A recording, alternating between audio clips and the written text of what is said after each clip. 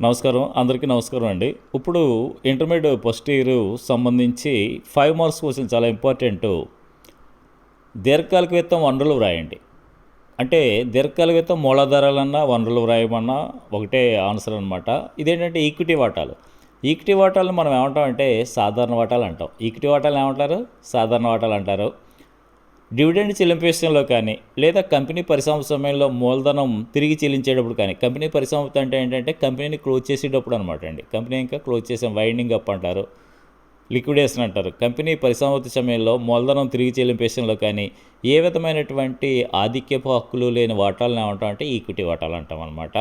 Equity వాటాదారులు కంపెనీకి నిజమైన యజమానులు. వీళ్ళకి ఓటింగ్ హక్కులు కూడా ఉంటాయి. ఆల్రెడీ మీరు ఈక్విటీ వాటాలు ఆధిక్య వాటాలు తేడాలు చదివారు కాబట్టి తెలుస్తుంది అనమాట. అంటే ఈక్విటీ వాటాలు మనం ఏమంటామంటే సాధారణ వాటాలు అంటారు. డివిడెండ్ చెల్లింపు విషయంలో కానీ మూలధనం తిరిగి చెల్లింపు కంపెనీ పరిసమాప్తి సమయంలో మూలధనం తిరిగి చెల్లింపు విషయంలో కానీ ఏ విధమైనటువంటి ఆధిక్యపు హక్కులు లేని వాటాలను మనం ఈక్విటీ వాటాలు అంటారనమాట. ఈక్విటీ వాటాదారులే కంపెనీకి నిజమైన యజమానులు అనమాట. తర్వాత చూసినట్లయితే ఆధిక్య వాటాలు. ఆధిక్య వాటాలు అంటే ఇక్కడ ఏంటంటే ఇక్కడ ఈక్విటీ వాటాదారులకి డివిడెండ్ చెల్లింపు విషయంలో కానీ కంపెనీ పరిసమాప్తి సమయంలో మూలధనం తిరిగి చెల్లింపు విషయంలో కానీ ఏ విధమైనటువంటి ఆధిక్య హక్కులు ఉండవు. కానీ డివిడెండ్ చెల్లింపు విషయంలో కానీ మూలధనం కంపెనీ పరిసమాప్తి సమయంలో మూలధనం తిరిగి చెల్లింపు విషయంలో కానీ ఆధిక్యపు హక్కులు ఉన్నటువంటి వాటాలని మనం ఏమంటాం అంటే ఆధిక్యపు వాటాలు అని అంటాం అనమాట. చూసారా, ఆధిక్యపు హక్కులు లేకపోతే ఈక్విటీ వాటాలు, ఆధిక్యపు హక్కులు ఉన్నట్లయితేనేమో ఆధిక్యపు వాటాలు. మీకు ఇది 2 మార్కులకి ఈక్విటీ వాటా మూలధనం అడిగినా రాయొచ్చు, ఆధిక్య వాటా మూలధనం అడిగినా రాయొచ్చు అనమాట. డిబెంచర్లు ఇది కూడా 2 మార్కులకి ఇస్తాడు. కంపెనీ తీసుకున్న అప్పుకి హామీగా ఇచ్చే పత్రాన్ని మనం ఏమంటామంటే డిబెంచర్ అంటాం అనమాట. ఇప్పుడు మనం అప్పు తీసుకున్నాం అనుకోండి, అప్పు తీసుకున్నప్పుడు మనం ఏం చేస్తామంటే ప్రామిసరీ నోట్ ఏ విధంగా అయితే ఇస్తామో కంపెనీ ప్రజల దగ్గర నుంచి అప్పు తీసుకున్నప్పుడు అంటే డిబెంచర్ అంటే ఏంటంటే అప్పులో భాగం, మూలధనం వాటా అంటేనేమో మూలధనంలో భాగం అనమాట. అంచేత డిబెంచరు కంపెనీ తీసుకున్న అప్పుకు హామీగా ఇచ్చేటువంటి పత్రాన్ని ఏమంటామంటే డిబెంచర్ అంటాం అనమాట.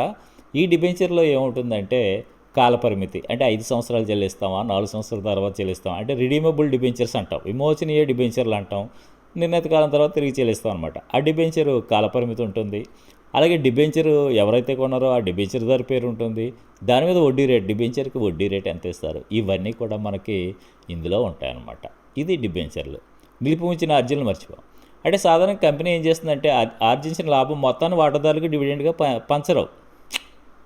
కంపెనీకి లాభం వచ్చింది అనుకోండి, లాభం డివిడెండ్ అంటే ఏంటి, లాభాల్లో భాగాన్ని మనం డివిడెండ్ అంటాం. డివిడెండ్ కింద చెల్లించకుండా ఏం చేస్తారంటే కొంత మొత్తాన్నే చెల్లించి మిగతా మొత్తాన్ని కంపెనీలోనే ఉంచేస్తారన్నమాట. ఏం చేస్తున్నాం, భవిష్యత్తు అవసరాలకు సంస్థలోనే ఉంచే మొత్తాన్ని మనం ఏమంటామంటే నిలిపి ఉంచిన ఆర్జనలో అంటాం అనమాట. అంటే కంపెనీకి వచ్చినటువంటి లాభాలని కొంత మొత్తం కంపెనీలో ఉంచేసి మిగతా మొత్తం డివిడెండ్గా చెల్లిస్తాం.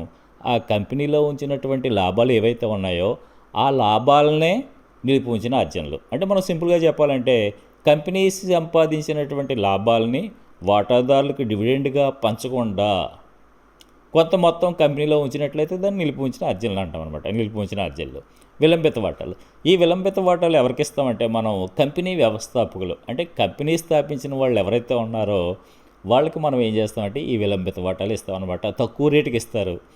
అలాగే వీటి మీద డివిడెండ్ చెల్లిస్తారు. మామూలు ఈక్విటీ వాటాల మీద ఆధిక్య వాటాల మీద డివిడెండ్ ఏ విధంగా అయితే చెల్లిస్తారో ఈ వాటాల మీద కూడా డివిడెండ్ చెల్లిస్తారు. అయితే కంపెనీ పరిసమాప్తి సమయంలో అంటే కంపెనీ మూసేసినప్పుడు ఈక్విటీ వాటాదారులకి ఆధిక్య వాటాదారులకి మూలధనం తిరిగి చెల్లించేసిన తర్వాత ఈ వ్యవస్థాపకులు అంటే విలంబిత వాటాదారులకి చెల్లించడం జరుగుతుందన్నమాట. ఇవి దీర్ఘకాలిక విత్తానికి సంబంధించినటువంటి వనరులు అనమాట. అయితే దీర్ఘకాలిక విత్తం అంటే మనకు తెలుసు కదా, 5 సంవత్సరాలు మించి సంస్థలు కనుక విత్తాన్ని సేకరించినట్లయితే దాన్ని దీర్ఘకాలిక విత్తం అంటాం. Thank you very much for watching my videos. All the best. చాలా ఇంపార్టెంట్ క్వశ్చన్ అండి. ఒకవేళ ఈ క్వశ్చన్ రాపోయినా కానీ ఇందులో 2 మార్క్స్ మీకు అక్కడ తగలడానికి అవకాశం ఉంటుంది. Thank you very much.